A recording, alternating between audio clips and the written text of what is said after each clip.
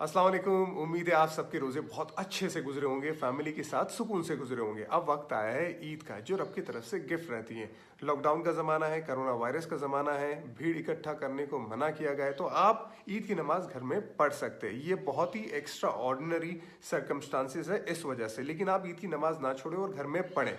इस्लाम के 4 school of thought से अगर जो भी स्कूल ऑफ थॉट्स के हिसाब से अगर आप घर में ईद की नमाज और खुतबा नहीं पढ़ सकते, ये अलग बात है। ये वीडियो उन लोगों के लिए जिनको घर में ईद की नमाज पढ़नी है। बहुत सिंपल है। ईद की नमाज और जो बाकी की नमाजें रहती है उसमें सिर्फ इतना फर्क रहता है कि ईद की नमाज में 6 जायद तकबीरें रहती है। आपने ईद की नमाज की नीयत बांधी, आपने सना पढ़ी, सना पढ़ने के बाद आपको अपने हाथ कान की तरफ ले जाने, अल्लाह अकबर कहना है, हाथ छोड़ देने।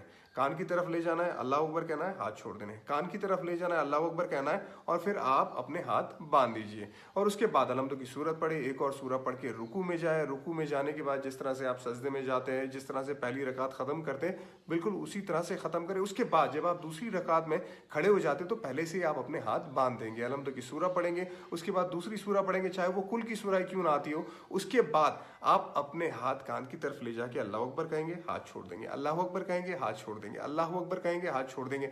चौथी मर्तबा जब आप अल्लाह अकबर कहेंगे तब आप सीधा रुकू में जाएंगे। रुकू में जाने के बाद खड़े होने के बाद जिस तरह से आप सजदे में जाके जिस तरह से आप अपनी बाकी नमाजें खत्म करते हैं, बिल्कुल उसी तरह नमाज खत्म करके सलाम फिराएंगे।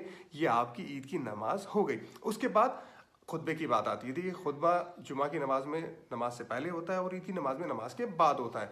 बहुत सिंपल, अगर आपको खुतबा पढ़ना है तो बहुत सिंपल मैं खुतबा आपको बताऊंगा। आप खड़े हो जाए, उसके बाद आप तकबीर पढ़े, अल्लाहु अकबर, अल्लाहु अकबर, ला इलाहा इल्लल्लाहु, अल्लाहु अकबर, अल्लाहु अकबर, वलिल्लाहिल हम्द।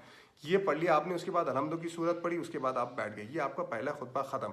थोड़ी देर के बाद आप खड़े हो जाइए, उसके बाद फिर तकबीर पढ़े, अल्लाहु अकबर, अल्लाहु अकबर। उसके बाद आप कोई भी एक दुरूद शरीफ, जो भी दुरूद शरीफ आपको आता है वो पढ़े। उसके बाद रब्बना आतिना फिद दुनिया हसनत व फिल आखिरति हसनत व क़िना अज़ाबन्नार पढ़े। ये आपका दूसरा खुतबा भी हो गया। इसी तरह से आप ईद की नमाज भी घर में पढ़ सकते हो और खुतबा भी, और सवाब भी पूरी तरह से कमा सकते हैं। ईद मुबारक आप सबको।